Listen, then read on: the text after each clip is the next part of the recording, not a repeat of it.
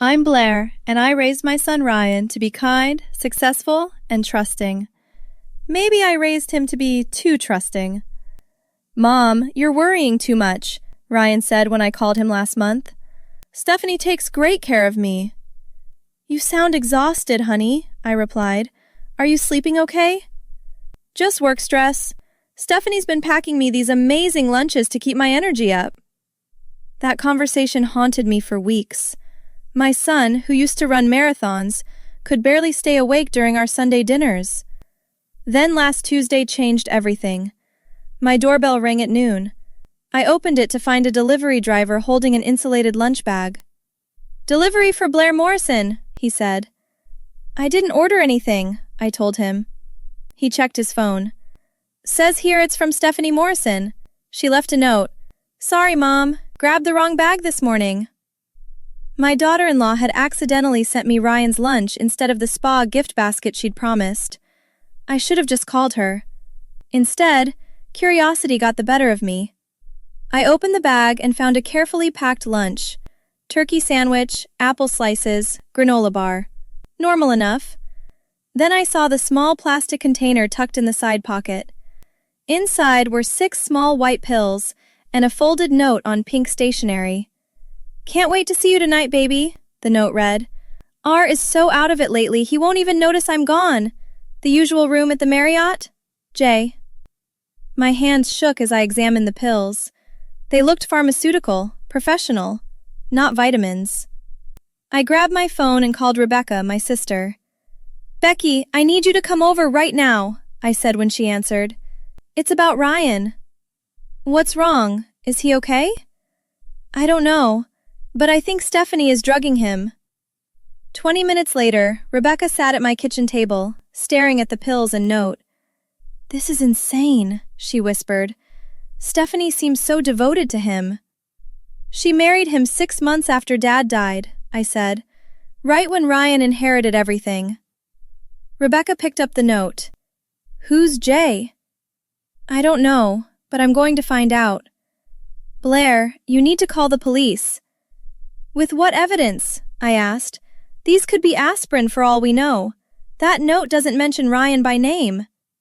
"So what are you going to do?" I looked at the lunchbox, then at my sister. "I'm going to build a case. Ryan won't believe me without proof." "How?" "I know a lawyer who owes me a favor," I said, "and I'm going to find out exactly what these pills are." Rebecca grabbed my hand. "What if you're wrong?" "Then I'll apologize to Stephanie and never mention it again," I replied. "But if I'm right, my son is in danger." I'd spent 30 years protecting Ryan. I wasn't about to stop now. That afternoon, I took the pills to Dr. Anderson, our family physician. "Blair, these are prescription sedatives," he told me after testing them. "Strong ones. They'd make someone drowsy, forgetful, compliant." "Could they be harmful long-term?" "Absolutely, especially combined with other substances or taken daily." I thanked him and made my next call. "Williams Law Firm, Attorney Lisa Williams speaking." "Lisa, it's Blair Morrison. I need your help with a very sensitive matter." Attorney Williams met me at her office the next morning. "Tell me everything," she said, settling into her chair. I laid out the lunchbox, the pills, the note, and Dr. Anderson's analysis. "This is serious, Blair," Lisa said. "If she's been drugging Ryan without his knowledge, that's assault. Possibly attempted murder depending on intent. Can we prove it?" "We need more evidence. Phone records, financial statements, surveillance footage." "I know someone who can help with that," I replied. Lisa leaned forward. "Before you hire a private investigator, we need to discuss your goals. Do you want Stephanie arrested or just removed from Ryan's life?" "I want my son safe and free from her," I said. "Whatever it takes." "Then let's build an airtight case." I hired Detective Jake Morrison that afternoon. No relation despite the shared last name. "Mrs. Morrison, I'll need access to Ryan's financial accounts," Jake explained during our first meeting. "Can you get that?" "I'm on his emergency contact list at the bank," I said. "I can request statements." Good. I'll start surveillance on Stephanie immediately. If she's meeting this J person, I'll document it. Rebecca called me every night that week for updates. Did Jake find anything? She asked on Thursday. Photos of Stephanie meeting a man named Jason Palmer at the Marriott, I replied. 3 times this week alone. Oh my God, poor Ryan. There's more. I reviewed his bank statements. Stephanie's been transferring money to an offshore account, over $200,000 in the past 6 months. What? Rebecca gasped. How is Ryan not noticing? Because she's keeping him sedated and confused, I said bitterly. He thinks his fatigue is work stress. When are you going to tell him? I thought about my sweet son, who'd introduced Stephanie as his soulmate at their engagement party. Thanksgiving is in 2 weeks, I said. The whole family will be here. I'm going to expose her in front of everyone. Blair, Are you sure? She's been playing the perfect daughter-in-law to everyone, I replied. They all think she's wonderful. They need to see who she really is. Rebecca was quiet for a moment. What do you need from me? Just be there. Ryan's going to need all of us when his world falls apart. Over the next 10 days, Jake and I built our case. Photos of Stephanie and Jason kissing in hotel parking lots. Bank transfers traced to her personal account. Text messages Jake obtained through legal channels showing her affair. She's been planning to leave Ryan once she drains his inheritance, Jake told me. Jason doesn't know about the money, thinks Stephanie's in a loveless marriage. Does Jason know she's drugging Ryan? No evidence of that. He just thinks she's unhappy. Attorney Williams reviewed everything the day before Thanksgiving. This is comprehensive, she said. You have grounds for divorce, restitution, and potentially criminal charges. I want a restraining order ready, I told her, and divorce papers. Ryan will sign them once he sees the truth. I'll have everything prepared. That night I barely slept. Tomorrow, my daughter-in-law's perfect facade would shatter, and my son would finally be free. Thanksgiving morning arrived cold and bright. I arranged the evidence folders on my dining room table, covered with a decorative cloth. Ryan and Stephanie arrived at noon. Happy Thanksgiving, Mom! Ryan hugged me, that he felt thinner, weaker.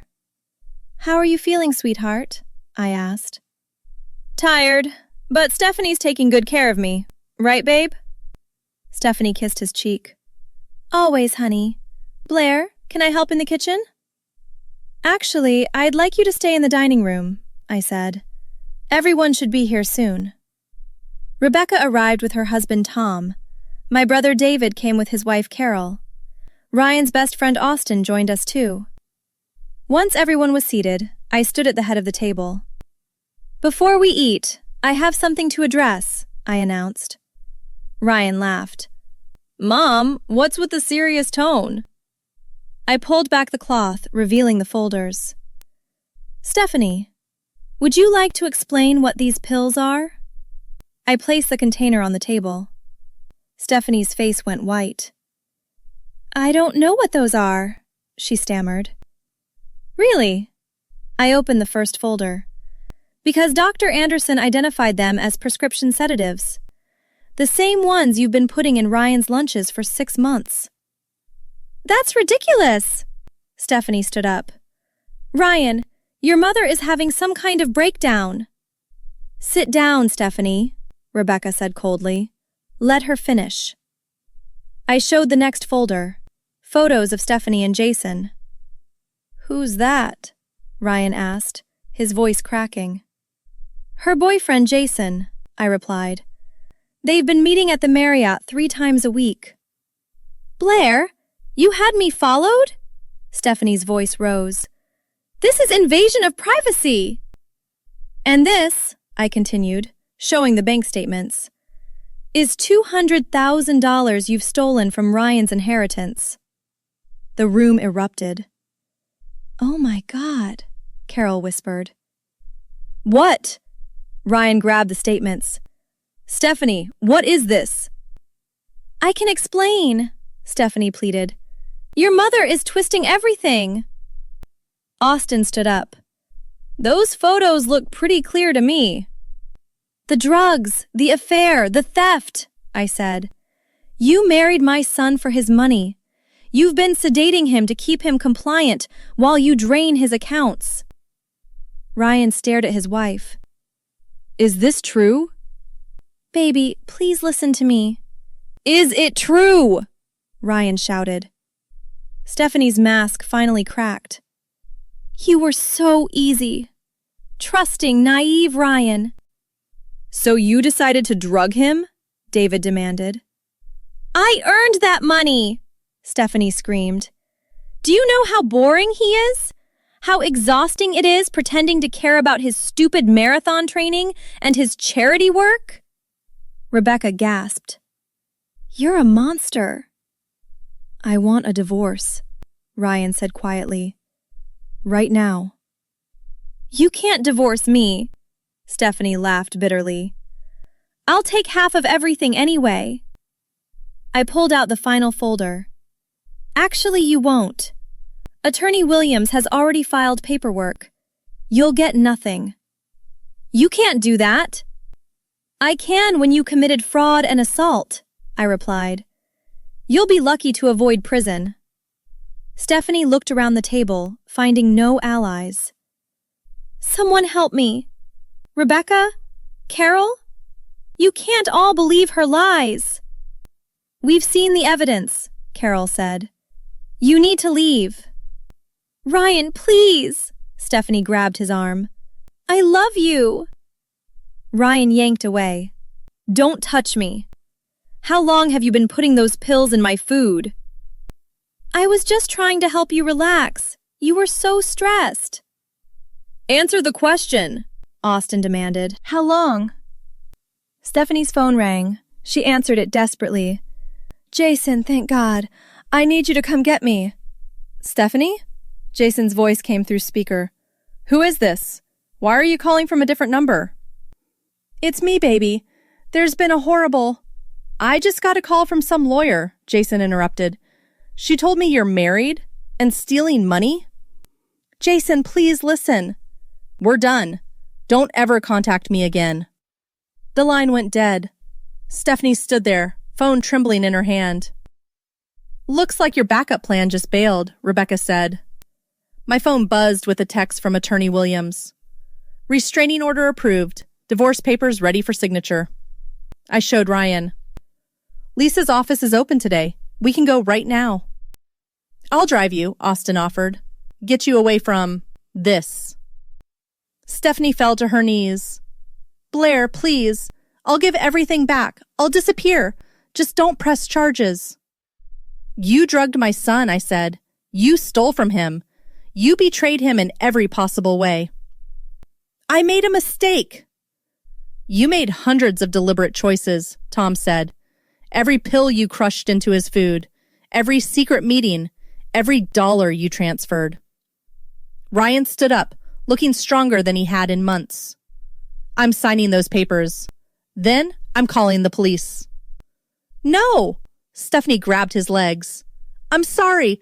I'll do anything. Get off him. David pulled her away. You don't get to touch him anymore. Stephanie turned to me, mascara streaming down her face. Blair, you win, okay? Just let me leave quietly. You thought you could destroy my family, I replied. Did you really think I'd let that happen? Please, I'm begging you. Like Ryan begged for your loyalty when he married you? Rebecca asked. Save it. Ryan walked toward the door.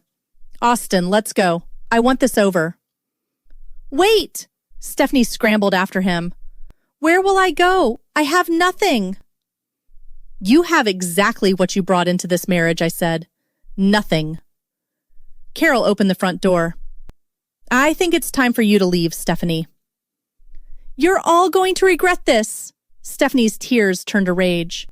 I'll tell everyone you're crazy, that you fabricated everything. David laughed. With bank records, hotel surveillance, and medical evidence. Good luck. Ryan will take me back, Stephanie insisted. He's weak. He always comes back. Ryan turned around. I was never weak. I was drugged. There's a difference. I gave you 2 years of my life. You gave me poison, Ryan said, and stole my inheritance while I was too sedated to notice. We're done. Stephanie looked at each person in the room. Fine. Keep your precious family. Keep the money. I don't need any of you. Good, I said, because if you come within 500 feet of Ryan, you'll be arrested. This isn't over, Blair. Yes, it is. Attorney Williams walked in from the foyer. I have the restraining order right here. Sign the acknowledgement or I call the police. Stephanie signed with shaking hands. Now leave, Williams said, and don't contact Ryan or any member of this family again. We watched Stephanie walk to her car, her designer heels clicking on the driveway. Tom closed the door behind her. Is Ryan safe now? He's safe, Williams confirmed. I've also flagged all his accounts. She can't access anything. Rebecca hugged her nephew. How are you feeling? Dizzy, angry, relieved, Ryan admitted. How did I not see it, Aunt Becky? She was drugging you, honey. You weren't supposed to see it.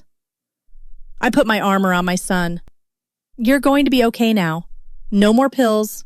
No more lies.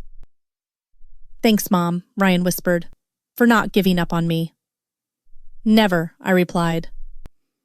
Austin clapped Ryan's shoulder. Let's get those divorce papers signed. Then, maybe we can salvage some Thanksgiving turkey. Actually, I said, let's order pizza. We have a lot to celebrate. You know what the real victory is? I said to Rebecca as we cleaned up. It's not the evidence or watching her leave. What is it? Rebecca asked. Getting my son back. Alert, aware, and finally free from someone who tried to steal not just his money, but his entire future. Ryan walked over with Attorney Williams. Mom, Lisa says the restraining order is permanent. Good, I replied. You deserve to feel safe. I learned something from all this, I told him. Sometimes love means digging deeper when everyone else accepts the surface. Ryan nodded. You never stopped questioning, even when I told you to back off. Sometimes being family means asking uncomfortable questions, Rebecca added, even when the answers might be ugly. Austin joined us. Blair, you basically saved this guy's life. I just couldn't sit by and watch, I said. Not when something felt wrong. A lot of parents would have stayed silent, Williams noted, worried about overstepping. Ryan's all I have, I replied. I wasn't going to lose him to someone like Stephanie. Ryan hugged me. Thank you, Mom, for everything. Have you ever discovered that someone close to you wasn't who you thought they were? What would you do if you suspected a family member was being manipulated or harmed? Like and subscribe for more stories about people who refused to be victims and fought back the right way.